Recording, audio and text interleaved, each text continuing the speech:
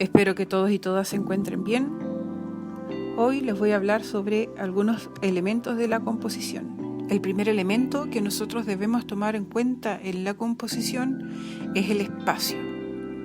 Lo más básico en nuestra composición va a ser el espacio, y este es el que nosotros tenemos que componer, ya quiere decir poner junto, donde vamos a tener que distribuir, proporcionar los elementos, materia, forma, color, luz. Vamos a tener que proporcionar en el espacio, que sería nuestro esqueleto estructural. Cada figura o forma representada sobre un papel se comporta como un peso visual, por eso ejerce una fuerza óptica. Una composición se encuentra en equilibrio si los elementos distribuidos en mi superficie se compensan entre sí. ¿Cómo puedo lograr esto? Por medio de la simetría. Tal vez yo quiero componer algo simétrico. ¿Qué quiere decir simétrico? Que todos los pesos se tienen que compensar. La simetría son elementos repetidos de manera equivalente con respecto a otros. Quiere decir que a la izquierda voy a encontrar lo mismo que en la derecha. Arriba voy a encontrar lo mismo que abajo. Y esto yo lo puedo apreciar dividiendo una composición en dos partes. Y estas partes tendrán que ser de igual valor, ambos lados de igual valor. No hay elementos que sobresalgan sobre otros, ya no hay elementos de mayor importancia que otros. Lo simétrico, todo va a tener el mismo valor. Asimétrico quiere decir que al dividir una composición en partes iguales no existe esta equivalencia. Ya no existe esto de que a la izquierda yo encuentro lo mismo que a la derecha, las mismas dimensiones. Por el contrario, voy a tener diferentes dimensiones en tamaño, en el color, en el peso de los objetos, de las figuras, de las formas que esté representando, pero voy a tener equilibrio entre los elementos.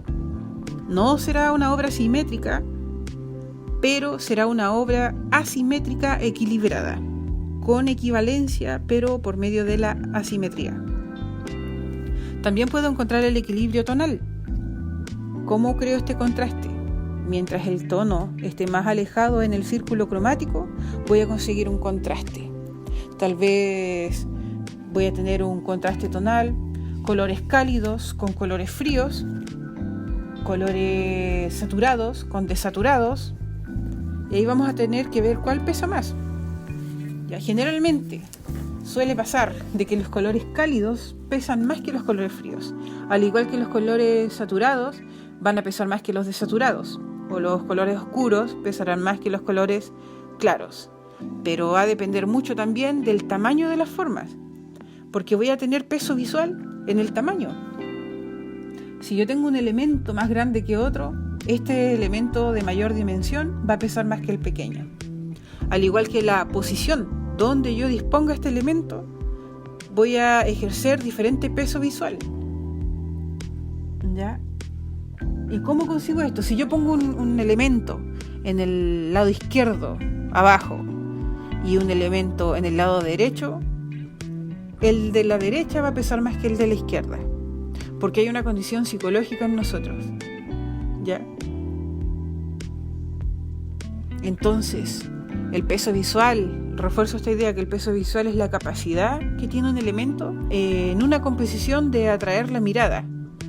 Entonces, ¿cómo voy a atraer la mirada? ¿Dónde quiero que la mirada se dirija? También podemos hablar de atraer la mirada por medio de la distribución. Un elemento que yo disponga aparte de otro grupo va a tener mayor peso visual. Entonces tengo un grupo de elementos y aparto uno, ese uno va a tener mayor peso visual. Al igual que las texturas, si yo tengo elementos texturados sobre o al lado de elementos sin textura o una textura lisa, estas texturas van a tener más peso visual. También puedo conseguir el peso visual por medio de las formas cerradas, geométricas, regulares, formas que yo reconozco fácilmente van a tener mayor peso visual que formas desconocidas o irregulares. El contraste de los elementos.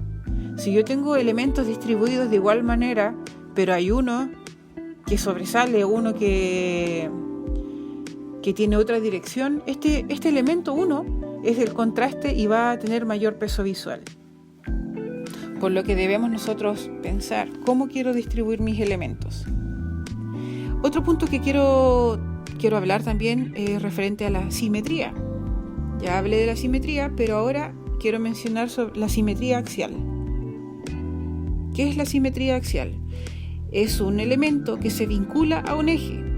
Es un eje que sostiene la pieza y permite que gire. ¿Dónde puedo observar esto yo? En la libélula. Voy a poner como ejemplo la libélula. Entonces, acá yo tengo mi libélula sostenida en el centro por un eje, y si yo pongo a girar ambas partes, va a ser algo simétrico, algo radial. Va a producir una simetría radial, una rotación cilíndrica. Entonces, axial es un elemento que se vincula a un eje, que es un eje que sostiene la pieza y permite que gire. También, hablando de simetría, tengo la simetría radial o central. Ya, este es un segmento que se relaciona a una circunferencia con el centro del círculo.